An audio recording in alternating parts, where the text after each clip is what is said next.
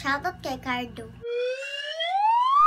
Sa ikatulong higayon, ikaw na sad akong gi-shoutout. Nag-trending manggod ang mga episode sa Ang Probinsyano Call Cards. Unsa naman pud ni nga nagpusila naman pud ka.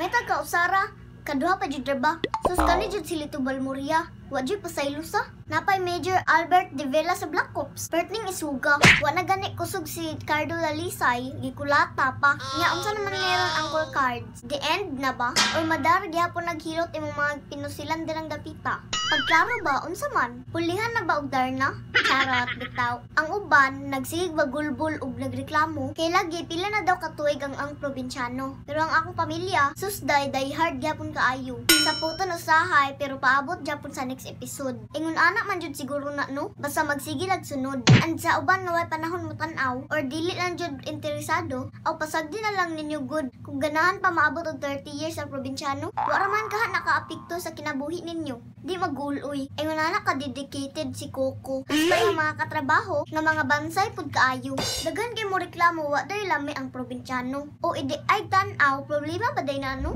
Di gyapon nakatandog inyong mga opinion. Kay kabalo sa Uncle Coco nga mas dagan pagyapon ang nagsunod sa ang probinsyano. Pero mao pud lagi ang isa ka adlaw nga scene nila. Grabe balik isa ka buwan man pud halos ipasalida. May karong adlaw. Nagubat ang mga Black Ops versus Agila. Sus! After 1 month sa pagtanaw TV ato nga episode, maupay pag-uli nila. Sumaon na nakapadugay aning salidaha. Pinatrailing-trailing ba? Then pina-flashback tirada. Yan napay intro, perting pangtaasa. Mupay ang commercial, hapit pud mo isa ka dekada. Charot bitaw, pwede na ba kung mag-director? Chos. And kung sa ubang salida, for example, na Preggy, then after 1 week, what na? Dako na ang bata. Pinatransition lang sa haligi ang batang artista. Then mukalit lang kadako.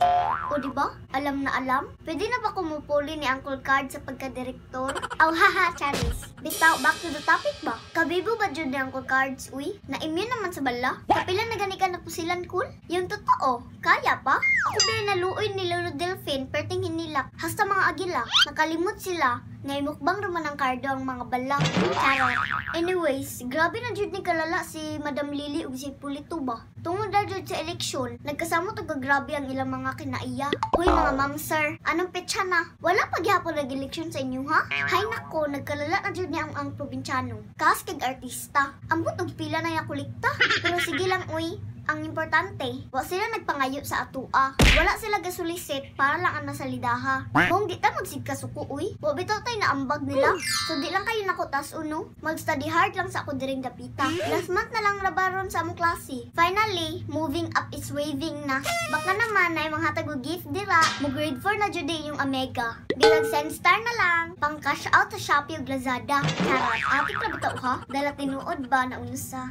Cherries. Bitaw, dili na lang kukutog, dili na lang kutaman. Syempre, before I end this video, mag-shoutout sa tadaan. Hello and shoutout to SK Chairperson of Barangay San Nicolas, Coron, Palawan. Miss Mira Flor, Garrido Salona. Hello also Zaira Cartagena. Shoutout din sa mga star sender ko sa shoutout kay Moira na sina Rachel Macitchin and Precious Nira or Aren Calibo. Thank you so much po sa pastar ninyo. Hello din sa mga fans ni Dina Wong na nagustuhan at shinare talaga nila yung vlog ko sa shoutout kay Dina Wong. God bless po sa inyong lahat. So until next vlog mga may, God bless.